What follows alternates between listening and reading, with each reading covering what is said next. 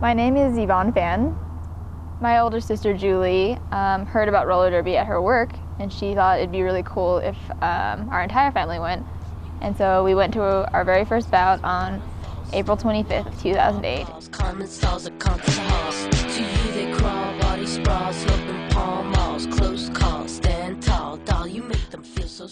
I remember thinking that it was the coolest thing I'd ever seen. These girls were the toughest thing I've ever seen, and they're on quad roller skates, which I thought was the coolest. I haven't been on roller skates in a long time, but it was just so amazing. I loved everything about it. I knew immediately when I saw my first bout that I wanted to try out for roller derby. Yvonne is my only baby sister, and I knew that when I got into roller derby that my sisters and my family would probably be into it too. But I also knew that Yvonne would be the most dedicated, because that's how she is. Like, if she likes something, then she will commit to it. I always knew that I was going to join the Denver Roller Dolls. It was just a matter of time. I was too young, so I just had to wait, and that's all I did. I waited and I went to every bout. I learned about the sport. I learned about the Denver Roller Dolls themselves, and when the time came, I did nothing was stopping me, really. I just went out and did it, and anyone can do it, which is the beauty of roller derby. My name is Kay Daver. My number is 1112, and I'm on the Green Berets. My name is Andrea Hill, and I'm a skater with the Denver Roller Dolls, and my derby name is Kendra Blood.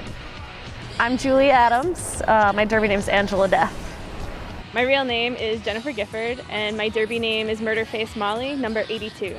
I'm Charlie Horst. I've been with the Denver Roller Dolls since February of 2008. My name is Scott Paul, aka Scott Free. I'm the coach of Bruising Altitude and currently a level 2 WFDA certified referee. I just saw a sign hanging up that said a roller derby team was forming and that they were looking for skaters, and I didn't really know what roller derby was even. I had this idea in the back of my head that it was going to be a bunch of Amazon women beating each other up on a banked track, and I thought, wow, that sounds kind of tough and cool, but I would probably get killed, so kind of put it in the back of my brain. The fact that I needed a mouth guard really scared me. I wanted something that was fun and feisty and feminine, and yet also involved a lot of physical activity and exercise. My roller skating history was limited really to Skate City when I was in junior high. A lot of backwards skating in the dark, that sort of thing. It's all my fault Scott got involved in roller derby. Sorry, Scott. Sorry. I'll never forgive you. You hit me once, I hit you back. You gave a kick, I gave a slap. You smashed a plate over my head, then I set fire to our bed. You hit me once, I hit you back. You gave a kick. Roller derby is essentially a full contact race on roller skates. There are 4 blockers from each team. 2 of those blockers are pivots, and they have a stripe on their helmet. They set the pace for the pack. The jammers, there's 2 of them, 1 from each team. They have stars on their helmets, and they're the only ones that can score points, and they get a point for each opposing blocker that they pass legally. With a fist is better than none.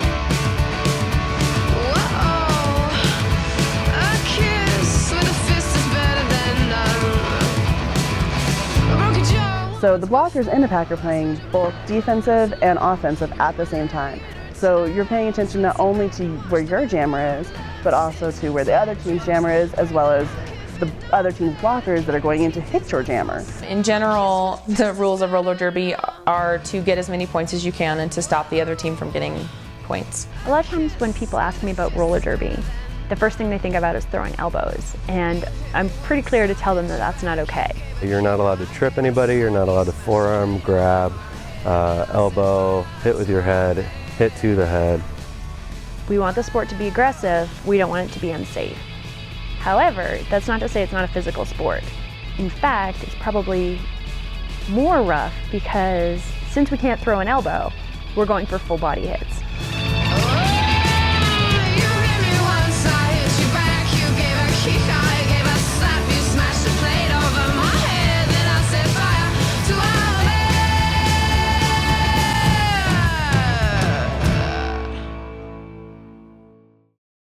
when you find something that works, and I think for women, flat track roller derby just has worked. There's a model that has been formed that people can pick up and copy into their own state or city or whatever it is that they're, kind of figuring out that there are other people out there that want to do this. I think people really enjoy coming to women's roller derby bouts because they get to see strong, athletic women playing a real full contact sport, and that's pretty rare.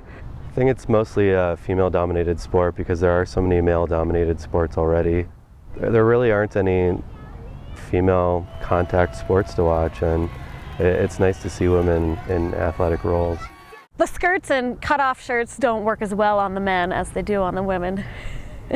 It takes a lot of work, and I think men are smarter and that they wouldn't put as much work into something that they're not getting paid for, that makes them cry at night because somebody hurt their feelings or they got a bum knee, that women just keep at it. We don't give up. And I think for a lot of guys are just like, why am I doing this? This is more trouble than it's worth. And I think for women, we're just a glutton for punishment.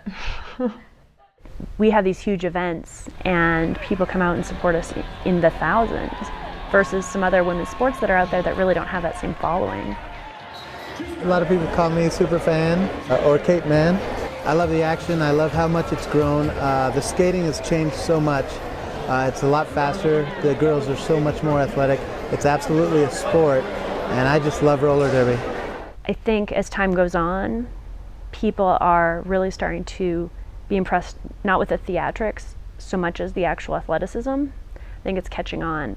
I know that the more we push it towards mainstream, the more sacrifices we have to make in our control of it. And that's hard to accept because it is such a do-it-yourself sports done by organizations. We volunteer organizations. We pay to be here. We pay to devote our time.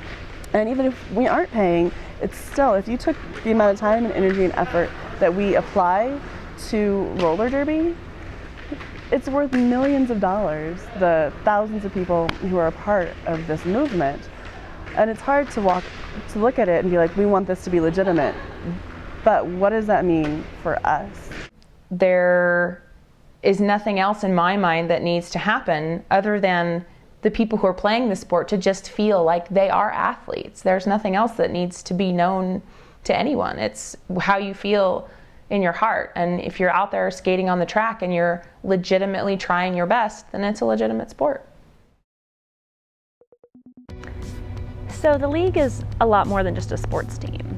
We run everything ourselves. So we have our own skaters that come up with our training, charity events, organizing events, running the bouts, marketing, all of that. You have practice requirements and committee requirements, and that takes up a lot of time. It can be like having a second job for sure. It definitely can put a strain on relationships. As a male member of the league, it's hard to deal with 100 women all at the same time. My derby life work balance is a precarious one. I always have to ask the question to myself when I get home from work is, would I rather go to practice tonight or would I rather spend time with my family? And it's a difficult question, but if I spent every waking moment that I had spare time with my family or with my son, I would go nuts.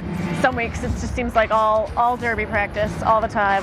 There's definitely been some challenges figuring out how to balance the things I'm doing for myself versus, all the wills and desires and wants of a league of 100 other skaters. I get to travel all over the country, skate against different teams, meet lots of awesome people, and every time I go to tournaments, it's like a derby family reunion.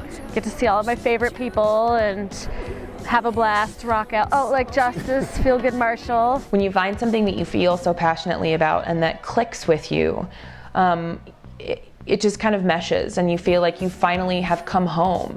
You get excited about going to practice and going to scrimmage and seeing your friends. And the social aspect and the athleticism when you're going to practices and getting that time to work out is how I get recharged. So I can give more back to my family and I can be a more productive person at work and I can actually concentrate on the other parts of my life where I feel like I'm fulfilled. I joined a roller derby league because I'd never been really part of a team before. I didn't do too much outside of school. I didn't go to parties very much. But the nice thing too about joining the league is you're kind of instantly friends with 100 other women. It's really easy to socialize. We were all excited to see Yvonne show up at tryouts because we'd met Julie and Pauline, her sisters, and we knew that Yvonne had been watching us for a while. I remember that everybody was making a big deal that the third fan sister was trying out. She seemed kind of automatically comfortable on her roller skates.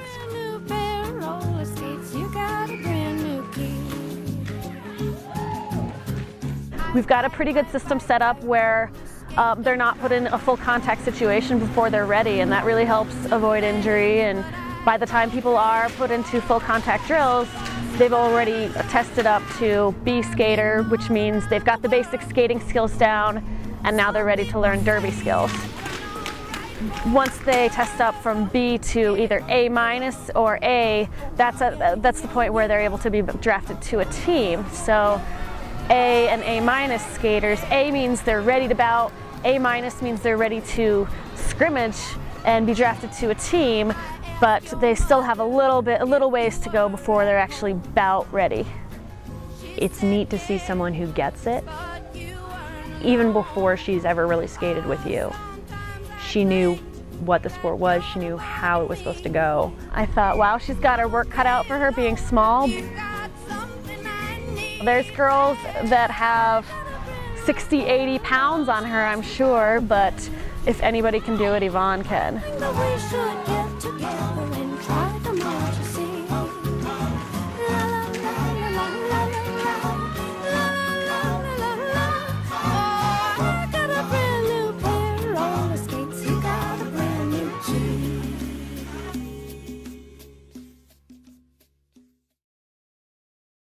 At this point, I'm currently an A- skater, which was great. I couldn't believe that I tested up.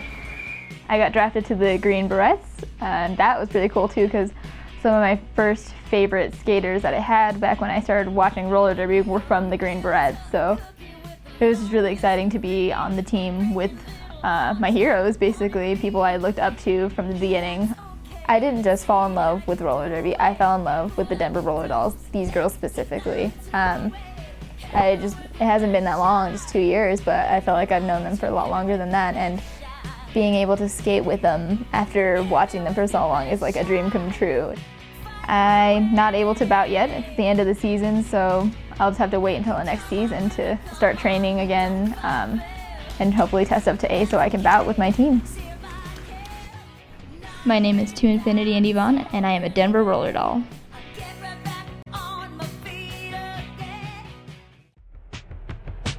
I got the magic in me. Every time I touch that track, it turns into gold. Everybody knows I got the magic in me. When I hit the floor, the girls come snapping at me. Everybody wants a blast of magic, magic, magic, magic, magic, magic, magic, magic, magic, oh, I got the magic in me. But I let tempo blow your mind. Pick a verse, any verse, I hypnotize you with every line. I'll need a volunteer, how about you with the eyes? Come on down to the front, stand right here and don't be shy. I have you time.